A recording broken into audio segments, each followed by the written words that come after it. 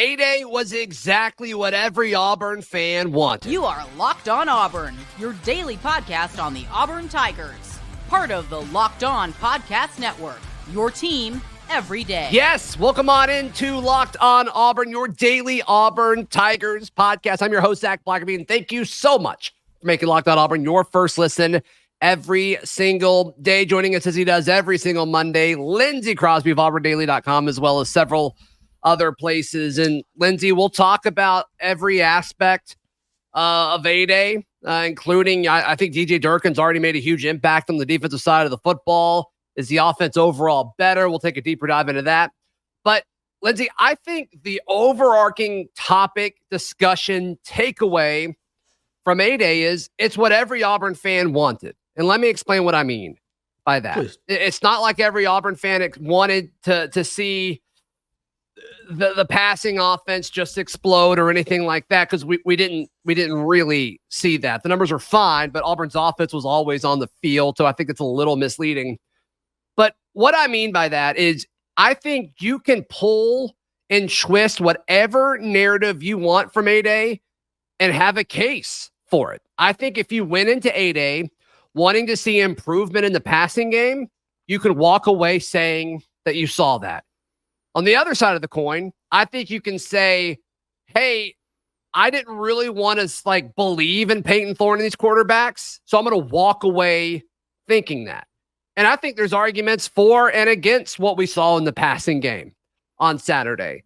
Lindsay, I mean, nothing really blew you away from the quarterbacks. I think the element of the passing game that people are excited about, obviously, is Cam Coleman. I think Robert Lewis was good. I think Sam Jackson looked pretty good. Cam Brown was a nice surprise. But for all the folks out there that wanted to say, yeah, Peyton Thorne hasn't improved, I don't really see how you can make that case. But there's a lot of folks out there saying it. And so clearly a big chunk of the Auburn fan base saw that. Yeah, this is a scenario where it kind of feels like nobody's really going to be happy with this, right? Because if you wanted... Unless you choose to be happy from it. Which I think you can see. I was a little surprised by all the negativity of it, if I'm being honest with you. Maybe it's the pessimist in me. The first thing I thought about, and I was watching this mild flex, watching this from the press box at Truist Park, waiting for Braves game 2. Good for you. Thank you. It was exciting, very exciting.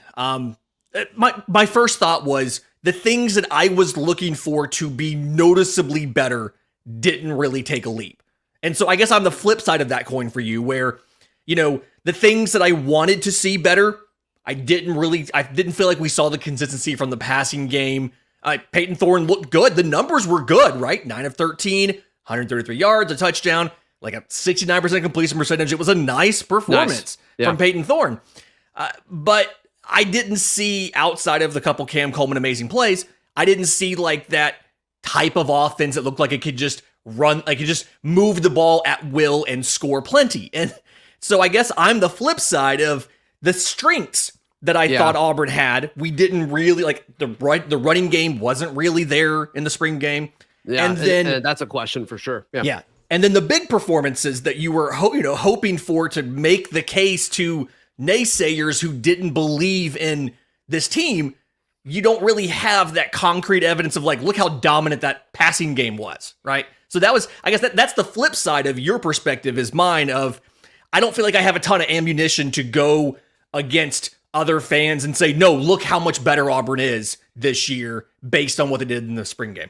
Yeah. First thing, if you're arguing with other fans and using A-Day as an argument, you are going to lose. Let's just go ahead and get that out of the way. That's valid. Because the more you debate about spring games, especially across the conference, the more everybody's going to lose. It's a part of that conversation. But as far as looking at the elements from what happened on Saturday and how it pertains to Auburn's 2024 campaign, I think you look at the stellar performances. And the stellar performances were Cam Coleman, which that's what we all wanted to see was Cam Coleman.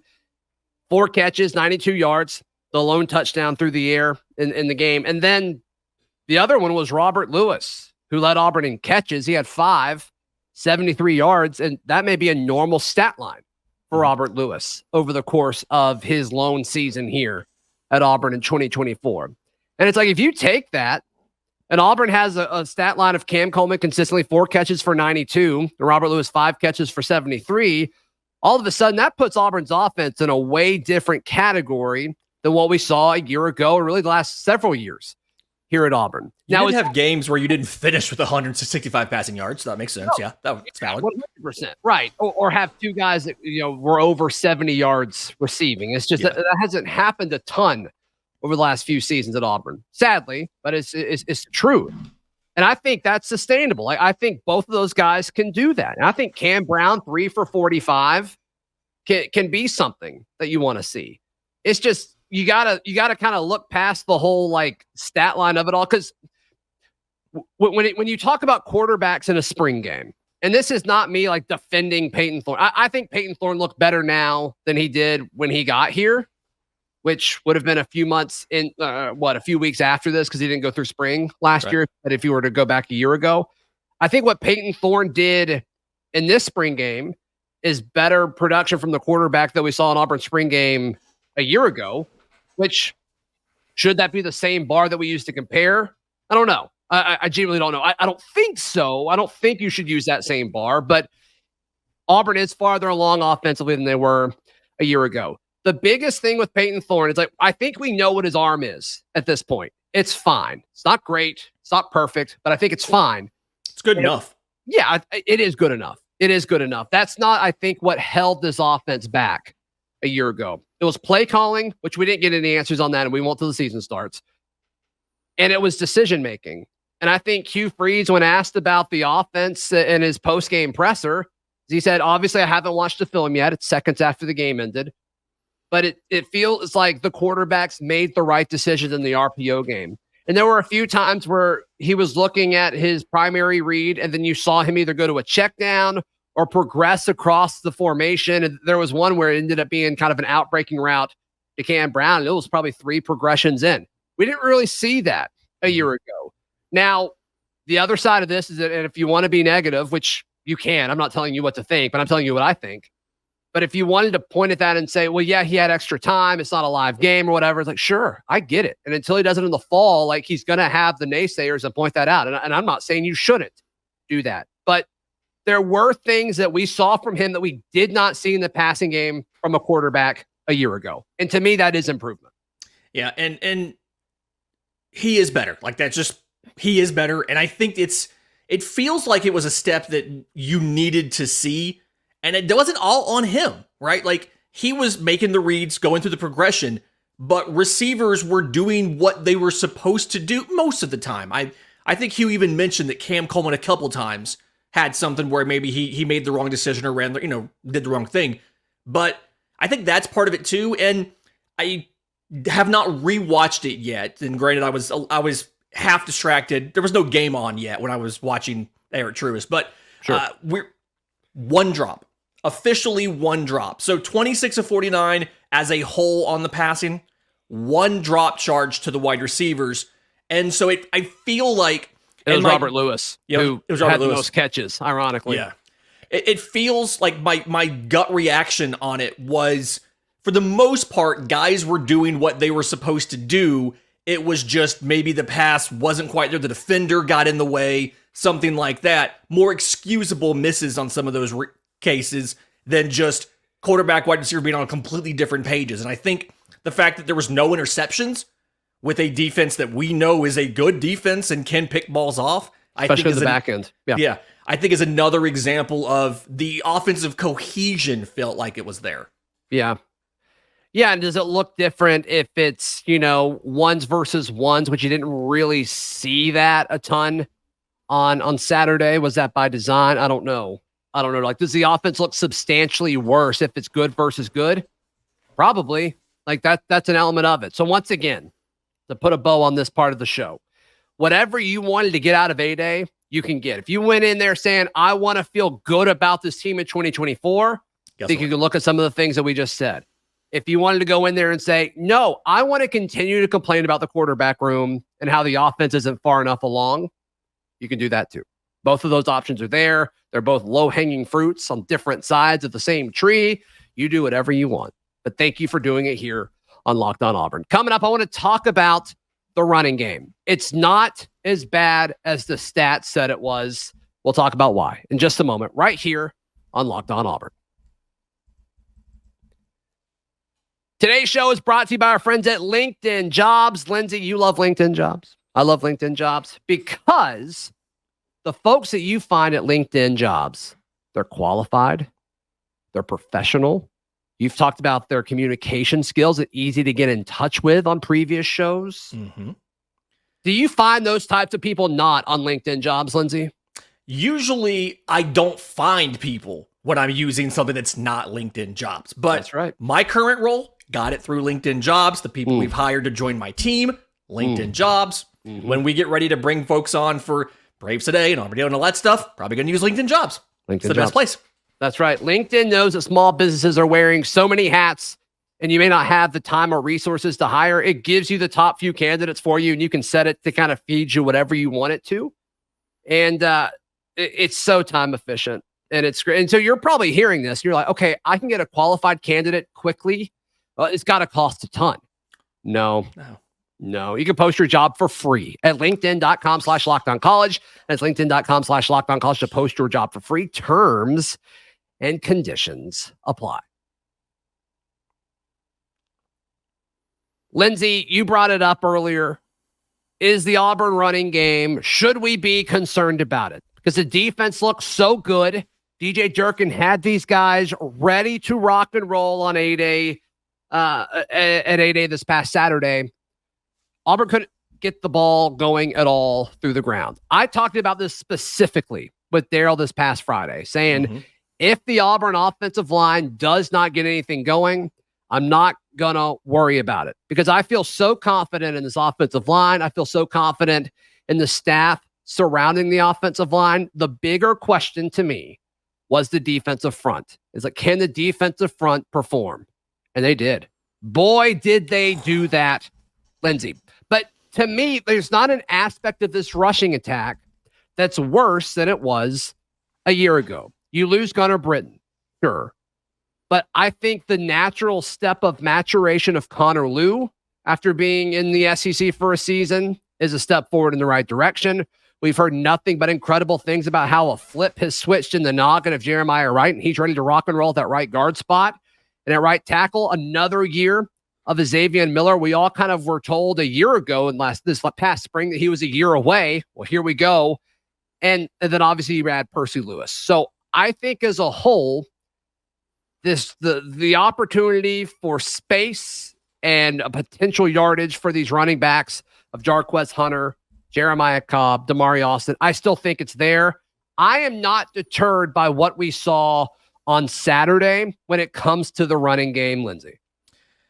I think in kind of the same perspective that I talked about in the first segment about the other side of that observation is your strengths didn't flash as strengths and your weaknesses didn't look to be significantly better. But I will say, I feel like if there's any part of this offense that I'm not going to be as concerned about after a glorified scrimmage against yourselves, it is the running game, simply because you have, like you said, a bunch of the same personnel or improved personnel. Every running back is back. I mean, Brian Battie is here still. And that's historically a place where Auburn has been very good. If your passing game didn't look good at all, looked dreadful, and you were having to kind of project out, well, I think if conditions were better and they were trying harder, it would have been okay. You don't have that institutional record of having had really good passing offenses in the past to kind of say, I have confidence they can do this. I've got confidence Auburn can run the ball when they need to run the ball, because for years, it felt like sometimes the only thing we could do was run the ball when we needed to run the ball. So yeah, and the personnel hasn't changed, and the mindset hasn't changed. Look, and a big part of Auburn's success running the ball last year was Peyton Thorne, was his ability to run and at 500 yards on the season, something like that. And that goes away in a scrimmage. The threat of, the quarterback keeper or, the quarterback aspect of the RPO, that goes away in a scrimmage like this where they blow everything dead. And I do think that impacts it to some extent. But Also, I just don't think that was really the point of this past Saturday. It seemed like there was much more interest, much more intent to kind of let these receivers work. I think there was some fanfare in the sense of, hey, let's give Cam Coleman a few chances to go deep. And it worked, by the way. You know, you had every national sports account that covers college football tweeting about Cam Coleman. That's a win as far as I'm concerned. And then the dude goes to prom that night. Incredible. Incredible. It is Cam Coleman's world. We all just get to live in it. But all in all, I'm not concerned with the lack of rushing. Now, if they go out against, you know, some of these non-conference opponents to start off the season and they aren't able to run the ball, one, I'll be shocked. And then two, I would be concerned, but I just don't see that happening, Lindsay. Yeah, I mean, it would make sense that you would want to give more time to the part of the team that we're not as confident in, which has been historically the passing game and things like that. And I feel like Alabama A&M, you're not going to have issues running the ball against them. If you need time to make sure the running game is good under a, you know, in 2024, you're going to have opportunities to do it because you play Alabama A&M early. You play New Mexico. You play Cal at home. I think Cal at home's not going to be near what it was on the road. Yeah, I think people need to understand going from the climate of California to the climate of Alabama in September is going to be a bigger adjustment than they might be ready for. And it's incredibly hard to simulate that until you have the schedule pulled up. Is the time of that announced yet? The time of that is not announced yet. No. So, but I hope it's at 11 o'clock. I want that at like 2. I want them to sit in it all day. Hot as possible? Yes. Like hot as possible. Sit in it for a couple hours. Because if it's 11 in the morning, you haven't been up and around and all of that humidity. It's just now getting hot as you get to It's also 9 o'clock in the morning their time, though. See, that's why I'm thinking that's a good point. I think it's going to be 2 o'clock for that reason, though. They made us play at midnight our time. Let's make them play at the crack of dawn their time. Let's go. That's an idea, yeah. I'm here for an 11 o'clock. I'm changing my answer. 11 o'clock kick for California. We're wearing white. I hope that we make them wear the darkest uniforms they have just to hammer this home. Like, we want them to wear the darkest uniforms they can possibly wear. I just wanted to be like the total opposite of what it was last year. 12 o'clock sun. Then do it. Yeah, do it at 11 o'clock. That's 12 hours earlier than theirs was. That's right. That's insane. Yeah. That's insane. And that could be a conference thing for them. They're going to play teams on the East Coast. But yeah, that's right. Just like kind of back to the original thing of is the offense better? I think the offense is better because, one, the personnel is better. I mean, you mentioned the running game, the personnel was practically the same or better, but passing game, personnel is definitely better. Cam Coleman's better than anybody we had catching the ball on campus last year, I'd argue. Robert Lewis is better than anybody else that was catching the ball last year as well. And the thing that we haven't really even discussed this guy yet. You talked about it in your post-game recap with Daryl. But Rivaldo Fairweather got 1 catch, and he was a big focal point of our offense last year because we didn't have anybody else who we felt could reliably catch the ball. And so it makes sense. You're rotating through the guys where we need to find bodies, wide receiver.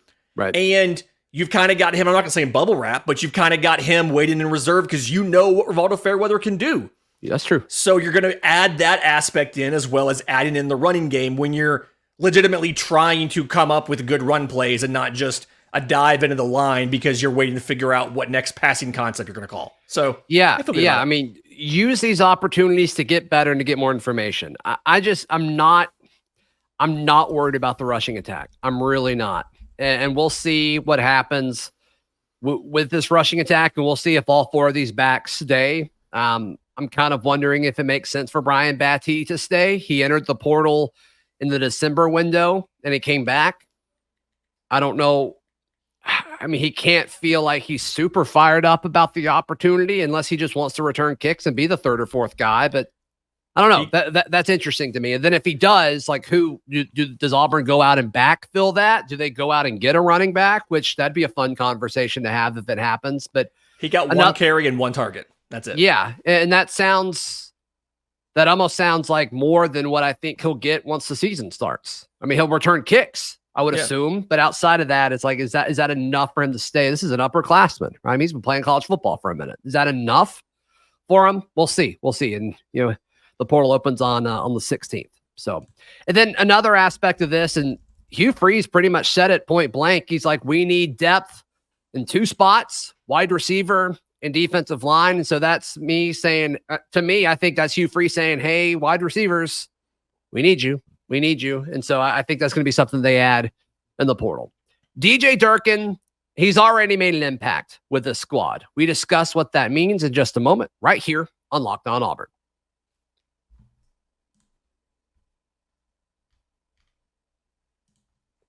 Lindsay, when you look at the linebackers that DJ Durkin has already developed, and we already had a lot of, we had high expectations for Eugene Asante, Austin Keys, especially a guy like Keys who's played with Durkin before, But I mentioned a little bit in the recap episode, but Robert Woodyard really impressed me. And I was a little skeptical of it because he lost so much weight. I'm like, he looks like a safety. Is that a good thing? Well, that quickness that he lacked a year ago, he seemed to find the play where he brought down Jarquez Hunter in a one-on-one situation in the open field. If you can bring down Jarquez Hunter in that situation, you can bring down almost any SEC back in that situation. And to me, that was impressive. And I think that's just another guy that it's like, man, if you talk about Asante and Keys, Dorian Mausi's a guy I'm excited about, and now Robert Woodyard, holy cow, the depth in this defensive room just continues to get deeper and deeper the more we learn about these guys. The defensive backs, that's been a solid topic of conversation with the depth there. Jaron Thompson talked about a lot of the depth after A-Day, but now the linebacker room, because we talk about those 4 guys, and then Auburn may have had the best linebacker recruiting class in the country. And so those guys are kind of waiting in the wing and learning. So this defense is deep at every spot except for defensive line right now. Yeah, and the linebacker thing, it feels like we went from multiple years of having those 2 studs you could trust and a third rotational guy that you felt really good about to we have a guy. We have one guy, and then we're hunting for that second option. And so to start off with 4 linebackers that you feel confident and comfortable with is a better place than we've been in a few seasons. And I mean, you see this all the time. I've talked about this a ton. Like, depth will work itself out. Do not worry about having 4 linebackers for 2 spots right now, because somebody will get hurt. Somebody will get nicked up. Somebody won't perform very well. You're going to need that depth. And it's just, or does somebody transfer? Or that is an aspect now you have to deal with as well. And I'm happy for Robert Woodyard. It felt like, I talk about this a lot too, about you see guys get into the college weight room and start to build physical, build their physique to match the demands of the SEC. And it feels like it may not have gone exactly to plan with him. And now that he's slimmed down a little bit, he looked better sideline to sideline. He looked more aggressive coming into a gap, things like that. Saw him drop back a little bit, looked like what I saw there too. I feel good about, I've always been high on Robert Woodyard. I feel like now you legitimately, if he ends up being out there as your, one of your starting 2 guys because of a rotation injury, whatever, you're not dropping off. It reminds me of watching Auburn basketball, how that second team rotates in and you don't worry about the quality of those players compared to the starters. I feel like linebacker, for the first time in seemingly forever, is back to the point where if the 2 backups have to rotate in for a series or a drive or whatever, you don't feel bad about it. You're not worried about it. No, and I think it's going to encourage that competition. I genuinely am curious on what that's going to look like as far as the transfer portal goes. I mean, you can't imagine Eugene Asante or Austin Keys are going anywhere. Dorian Mausi can't go anywhere, and he knew what he was transferring into. Mm-hmm. Robert Woodyard is now extremely interesting to me. And I mean, he's clearly in the 2 deep. They've been using him in the 2 deep all spring long. And if you're him and you look at the 3 guys ahead of you, well, all 3 of those guys are probably gone next year.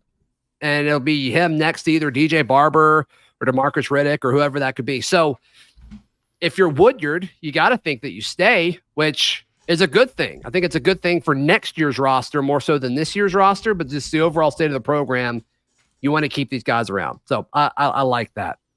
I like that. The defensive line, I liked how it looked, Lindsay. I really liked how it looked It was one of my two big questions going into it. It was what's the receiver situation going to look like, and what's the defensive line situation going to look like?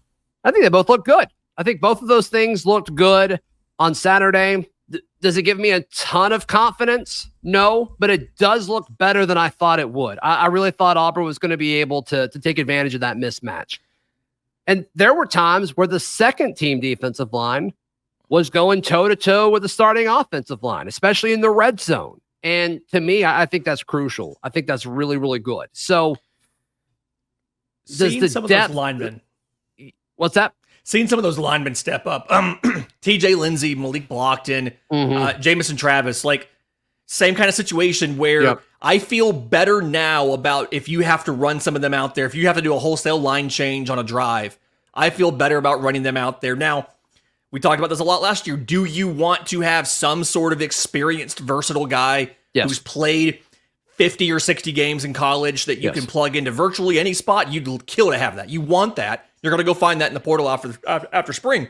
But you feel good about these freshmen and their ability to hold up if you have to use them in a rotational or limited capacity. Whereas I didn't feel that way entering the spring game, because it's just, how often do you see freshmen not named Derek Brown step into an SEC game and hold their own, never mind dominate? And I feel like you said, the second line did some good stuff against the first team offense, and that's more kudos to the second team line than it is negatives on the first team offense. I think so, and some people may disagree with that, and that's totally fine. Leave your reasoning in the comments below. I'd love to hear it. Back to your first segment about you can find whatever you want out of this. Yeah, and that's what happens when Auburn plays itself, right? Like, oh my goodness, the receivers weren't good. Well, also, like, the DBs I think are better than advertised, and you could do the same with the trenches on either side of the ball. So whatever you wanted to get out of A-Day, you got it. Congratulations, Auburn fans. Lindsay, Crosby, how can people check out everything you've got going on? I'm on Twitter at Crosby Baseball. It's the hub for everything. If you're looking for college baseball, auburndaily.com. If you're looking for Major League Baseball, bravestoday.com. Got some everything for you. Yep, that's right. Please like the video. Please subscribe. We'll see you tomorrow. This has been Locked On Auburn.